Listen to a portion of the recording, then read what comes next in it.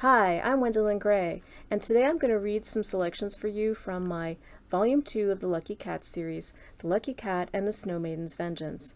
This cover's a little different than the one I have on it now, but it's still the same. So, to recap, for people who haven't read Volume 1 yet, I start off in a futuristic society about 2138 AD, where Kumori Ando lives in a city called New Caledonia in the Eurasian superstate. There are 3 superstates that have arisen in the world. Very, very scary places. She's very isolated, and she only has her great-aunt's lucky cat, which is a little red statue, to keep her company because it turns out it has magical powers and can speak. And she discovers through the course of that novel about her family history and what happened with her great aunt who gave her this gift. So Volume 2 goes back in time to World War III and the rise of the superstates, and what happened with her great aunt and her family. So let's get started with this. Now, this part that I'm going to read right now starts in 2101 AD in one of the forbidden zones that Japan becomes jokingly called Ningyoshima, which is the Doll Island. So we have an investigator out there. 4 days later, Fujimi City, Saitama Prefecture. This investigation is turning into a wild goose chase, Kagayaki muttered under her breath as she leaned against the car where her driver, Gichi Tamura, was fumbling with the map. The 60-something gray-haired man had insisted on taking her around the city on her errand, without either her bodyguard or assistant present, and she had wondered what he was up to.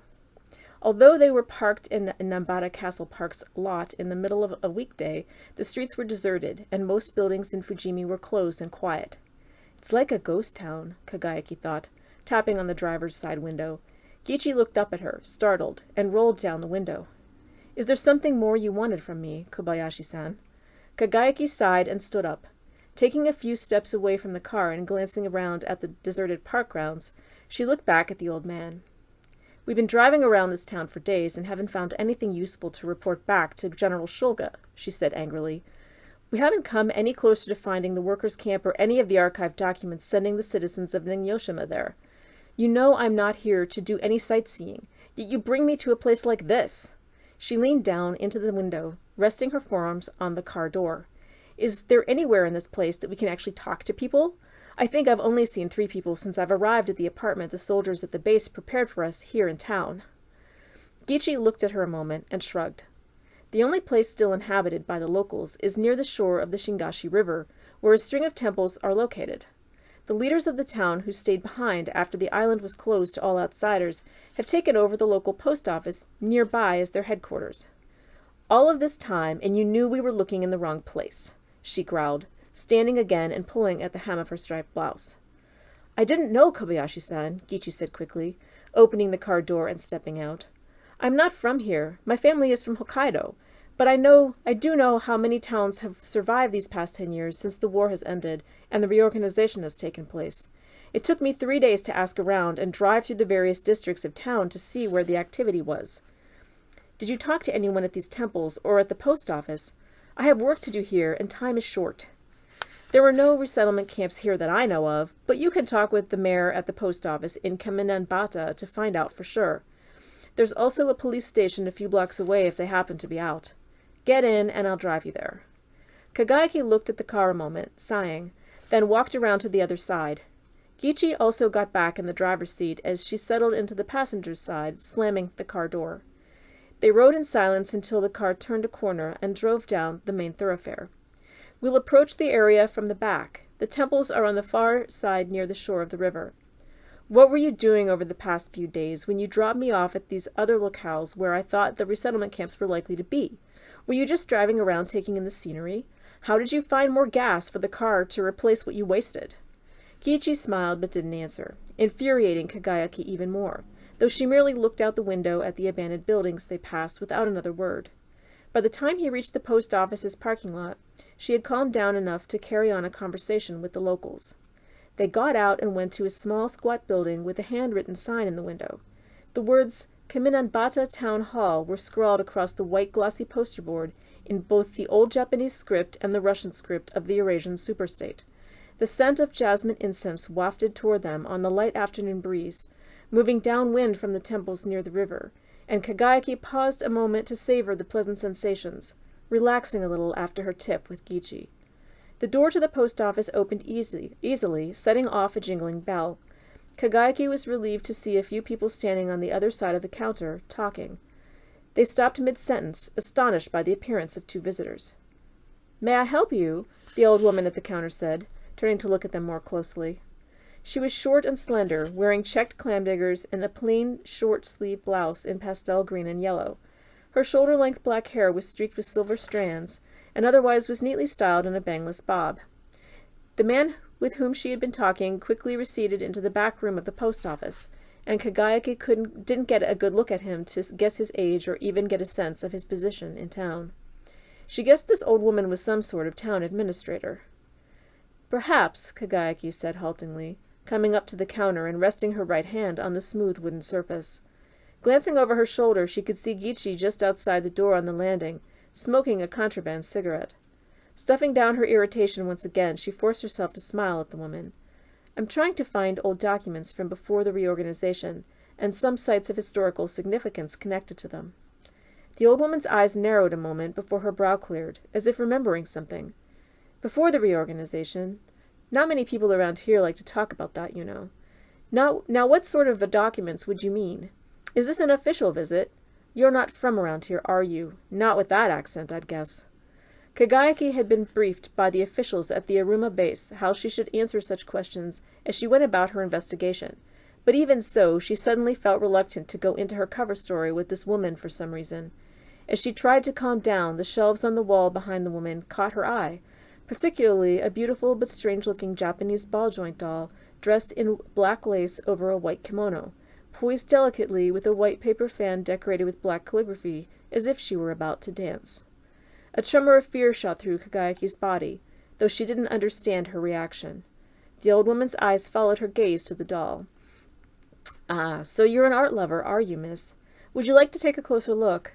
I'm sorry that we no longer have artisans who make such goods for sale, and this was a special commission, if I recall. The mayor himself brought it here a number of years ago." She turned and brought the doll down to the counter in front of Kagayaki, holding it gingerly.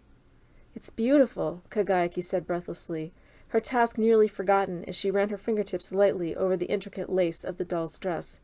It was almost 1.5 feet tall, with long, glossy black hair, dark brown glass eyes, and blood-red lips. "What a shame you no longer sell them." She felt doubtful as she said the words, wondering briefly what they had been talking about a moment before. "I would have loved to have a doll like this when I was a child." As her voice died away, the old woman behind the counter patted her hand gently away from the doll and replaced it on the shelf out of Kagayaki's reach. Kagayaki could only stare at it longingly until the woman came around the counter and took her by the arm. Startled, Kagayaki looked at the woman warily, but the woman's smile seemed friendly enough, even if her eyes glittered with some other indefinable emotion. "Why don't you come out back for tea? Then we can take a walk and talk about your interest in Fujimi." "May I take a few photos of you and the doll before we go?" Kagayaki asked, as if she were on any normal sightseeing trip. The woman nodded and smiled broadly. "Only if it takes a moment, miss." Pulling out her phone and snapping a few shots of the interior of the post office, the old woman's eerie smile, and the beautiful, mysterious doll, Kagayaki glanced back at the front door once again as the old woman led her to the back room of the post office. Gichi was no longer on the stoop smoking. Kagayaki couldn't see him anywhere beyond the view of the post office's front windows. Unable to react normally, she hit a quick upload button on her phone before replacing it, sending the photos she just took to the dark website that Agent Markov would be monitoring as she continued her undercover work. It was her only instant of clarity before her mind was flooded with sluggishness and doubt once again. As she crossed the threshold into the back room, she saw the looming shadow of the man who had been talking with the old woman when she walked in, now standing before her. It was the last thing she saw before feeling a sharp pain in the back of her head as she was hit from behind. The room tilted and swirled as her sight grew dark. Chapter 4. When Kagayaki came to, she found herself lying on the dirty tile floor of an empty room, with a line of large windows along one wall and a green blackboard in the front of the room. Clutching her bag to her, which she was relieved to see she still had, she tried to stand but felt wobbly as she noticed Her blouse was slightly splattered with blood on one side, where the post office workers hit her. I found it, didn't I? This is the old school they turned into a work camp after the war. I should report it immediately. Pulling out her phone, she was surprised to see it still worked out here, and hadn't been damaged or jammed. She wasn't sure how far they had taken her from the post office, or if she was still in central Fujimi City at all, but she found her access to the superstate satellite maps was suddenly blocked. So her enemy knew she might try to escape that way, did they? Taking a few photos of the abandoned schoolroom, she walked over to the windows and looked out. She was on the second floor overlooking a knot of trees, clearly indicating some sort of forest or park, though a makeshift fence topped with barbed wire stood between the buildings and the trees, leaving only a small strip of trees and grass on the school grounds surrounding the building. Taking a few more photos with her phone through the window, Kagayaki quickly shot off an email to General Shulga with a sentence about her findings and some of the photos attached, then accessed the dark web to send the same information to Agent Markov. After replacing her phone in her bag, Kagayaki strode over to the classroom door, which was closed. Thinking it was probably locked, she breathed a sigh of relief as it swung open, revealing a crumbling hallway full of piles of dead leaves and plaster. The classroom she had just left was better preserved than the rest of the abandoned building, though she wondered how long it would have taken to get into this condition. The reorganization had only occurred less than a decade before, so this would have been a camp of no more than 12 years ago. Yet the building seemed to be in advanced stages of decay, with few exceptions. Looking up and down the hallway, she wondered where to search first. Unconcerned about her injury and wondering where the old woman had gone, and her companion from the post office, and wondering where the old woman and her companion from the post office might have gone. If they were the ones who had brought her to such a place, they might still be around. Did they knock me out so I wouldn't be able to tell anyone where the camp was? She asked herself as she debated what her plan should be. Maybe I should go looking for them, in that case, and ask more questions about what happened here. But then, perhaps the records I've been looking for are also here somewhere. Torn, Kagayaki looked from the line of doors down one end of the hallway back towards the staircase leading to the first floor, then made her decision. Walking back to the staircase, thinking that her next step would be to see if her guides were there, she descended and ran toward the school's front door once she reached the lower level, stopping cold as someone stepped in front of her. A small young woman stood before her, wearing a uniform of a dark green work shirt and baggy pants with rolled-up cuffs. Unnerved, Kagayaki stared at the woman a moment. Her face was round and flat, with features resembling the delicate face of the doll in the post office, or the faces Kagayaki remembered from any variety of old paintings from Asia prior to the reorganization that were carefully kept in off-limits study centers under the new superstate. The woman's long black hair was straggly, but it didn't detract from her cold beauty. Without thinking, Kagayaki took out her phone and snapped a photo of the local woman, hitting the upload shortcut button to the dark web again, and putting the phone back in her bag in one quick, fluid motion. Are you here to take me back to the post office? Kagayaki asked, trying to keep her voice light. I'm sorry, but the people there didn't tell me their names. They were supposed to help me find records on this place, if I'm right in guessing this was the resettlement camp after the war. Did you live in Fujimi City too? Oddly, the woman's face didn't register any reaction. Didn't she know the sinister people at the Kaminanbata post office? I'm sorry. Perhaps I'm not being clear enough. I mean, the Kaminanbata town hall. Isn't that the name of it? I'm not from around here and don't know what the locals know it as, Kagayaki stammered, flustered by the woman's silence. The woman smiled slightly, but didn't move from in front of the door. You've come from Kaminanbata, then? She asked in a low voice. No one said we were having any visitors, and we don't let many people come here. What was your name? You said you weren't from around here. So where are you from? Kagayaki Kobayashi, from the new superstate beyond the sea of Ningyoshima, called Eurasia. Have you heard about the superstate here? May I ask your name as well? They call me Fubuki now, the woman said cryptically. I knew of the superstate, but we weren't allowed to leave our country to join it. Did you want to? No. The word fell heavily in the deserted school. Kagayaki shuddered. Who did you send my photo to? Fubuki asked. An old friend of mine back home who was always fascinated by the story of how the island was declared off limits after the reorganization. The reorganization? Fubuki's lips formed the words as if she had never heard of it before, but Kagayaki knew that had to be wrong. Even out here, where the towns had been emptied and not much civilization was left, the locals should have known about the changes to the world governance and the redrawing of the political map after the war. Kagayaki bit her lip, puzzled by Fubuki. "I should continue to look around," she said finally, turning away from Fubuki to go down the first-floor hallway and see what information she could find on the resettlement camp.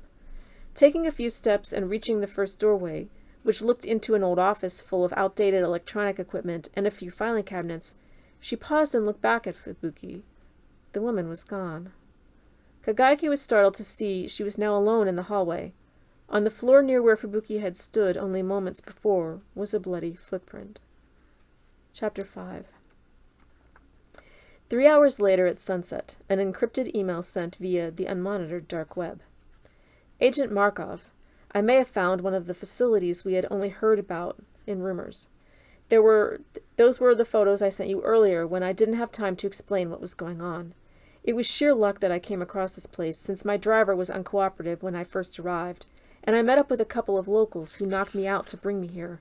They left me alone to wander around, and I managed to find the facility's main office where I've been searching for documentation of what went on here after the reorganization. The files were mostly gone, and the building looks like it's quickly been reclaimed by the forest beyond the barbed wire. But I did manage to find an old notebook with interesting information in a desk drawer. I've spent the last few hours reading through it and will upload photos of the handwritten passages along with this email so you can see for yourself and complete our archives. Some of the notebook contains quite skillful drawings of faces and people, but they aren't signed. I'm not sure if I'll send any of it as part of my official report to General Shulga, though. Something about it makes my blood run cold. I saw a caretaker or someone around the site, that dour woman named Fubuki, whose photo I sent earlier along with the classroom and grounds photos, though she disappeared suddenly and I couldn't find her again. As the sun is going down outside, I'm a little nervous the lights won't go on here. It probably no longer has electricity given the condition it's now in, and I regret that I didn't have the foresight to bring a flashlight with me when I left the apartment with Gichi. I didn't think any site I would find would be so decrepit. This notebook was kept by one of the guards, an Asami Murakami, at the facility not long before it was closed, and must have been forgotten in their haste to evacuate. Among the sparse records that still remain here, I only found a few personnel records, though details on this particular woman wasn't among the mostly uninteresting paperwork left behind. The notebook details the last few months of what happened after the war as the reorganization got underway, and the workers' camps were pressured to take care of loose ends and get rid of the undesirables, as well as some local legends that have arisen in the wake of the sealing of the country's borders. What we understood of the restricted zones around the globe as the superstates arose seems to be true of Ningyoshima as well. But it looks like something more happened here to scare them into closing its borders to all but authorized government personnel. Have our agents in other parts of the world working under the other two superstates come across such strange psychic events as this? Perhaps this was rare. Please take a look at the photos of the pages of Murakami-san's account and decide for yourself. I don't want to be out here after dark, Yevgenia, but I don't see how I can get out to somewhere safe before then. Therefore, I won't delay in sending the information I've found. Kei Kobayashi. Okay, one more chapter here for this video. There's going to be 3 in this series. Chapter 6. Asami Murakami's Notebook, the Fujimi City Workers' Camp, Entry 1, dated late 2090 AD, after the reorganization had taken place. It's coming. I can hear it down the hallway. But what is that thing? I'm the only one on duty tonight, for the other guards have died or fled in terror, and it has been left to me to record what happened in this accursed place, though I want to flee too. The things that have been going on in this facility, in Fujimi City, in the dying nation under our new overlords, it's too much to bear and too frightening to think about. The world seems to have gone mad. To whoever will read this notebook in the days ahead, this will sound like nonsense, but at this moment in our history, nothing is as it appears. When the war ended, many were rounded up in facilities like this one, but they held political prisoners, people who were deemed expendable or dangerous. These people had been collected in civilian buildings converted for the purpose of liquidation. The leaders used many excuses to cover up the true nature of the facilities, but this is what they really had in mind. What else could they do with such people? Of course we heard rumors that this had happened in many parts of the world as the war ended and the reorganization took place in our homeland. Whoever was useful to the leaders of the new superstate moved to any of the various gleaming new capitals around the world, while anyone thought to be a troublemaker was sent a notice to report to a workers' camp. Our land, like many other small lands, was nearly totally evacuated, though I don't know how many they chose of us to remain behind and do their dirty work. Here in Fujimi City, only military personnel and agricultural workers in the tea-growing and incense-making industries were left behind to continue production. Some food production was still allowed, but apart from a small population, everyone else left us behind. Our little communities were forced to fend for ourselves and turn over whatever tea, incense, and foodstuffs the superstates required, without complaint or even much contact with our leaders. But after the superstate turned its attention away from us, rumors started traveling through our small community networks across the islands, terrifying rumors, hints of madness and a curse. I didn't believe them at first. Not until the dreams began.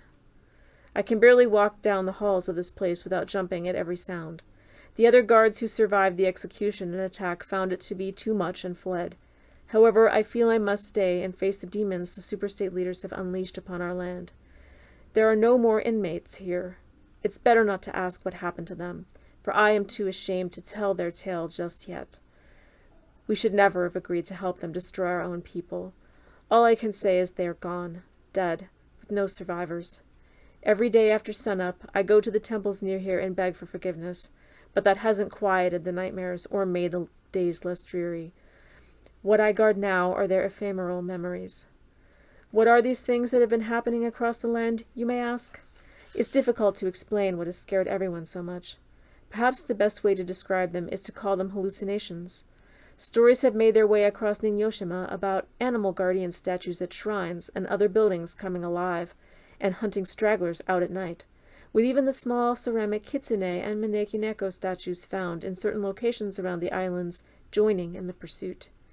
One never knows where they might appear, and it's nearly impossible to escape them. It sounds ridiculous, doesn't it? I thought so at first, before the drama I've lived through here at camp. How could such a thing be? But then I began to see that woman in my dreams, dressed in black lace over a pure white kimono, doing a dance with a blood-stained white fan.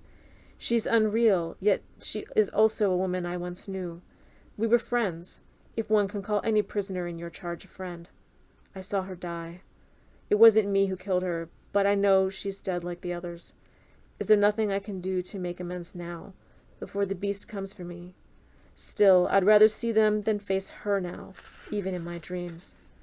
Who was she? Just a doll maker. Maybe a sculptor, too. I never heard whether she had been commissioned by community leaders to do larger works in stone, but perhaps it was so. Or maybe the larger pieces were commissioned from her equally talented husband, who also worked in her atelier. He was already dead by the time the war started, I believe. But what was she beyond merely a doll maker that the land has become haunted like this? I don't have an answer to that question. If this just sounds overwrought, perhaps I should describe some of the stories that have been spread through the grapevine in Fujimi City's temples, churches, and shrines to convince you, dear reader. Okay, we're going to move on to Volume 2, Video 2, and continue our reading of Volume 2 and these strange happenings.